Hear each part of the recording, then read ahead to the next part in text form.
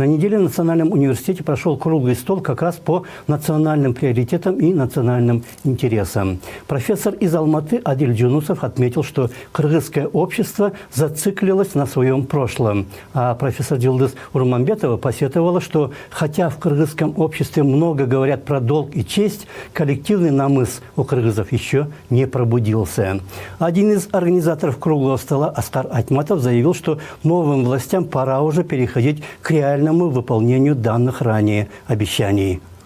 Нам сейчас необходимо сделать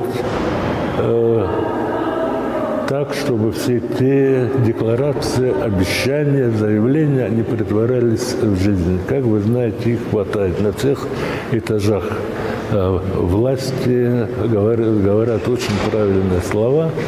Это касается и реформы различных ветвей власти и создания необходимых условий для экономического развития и для создания достойных условий жизни для наших граждан.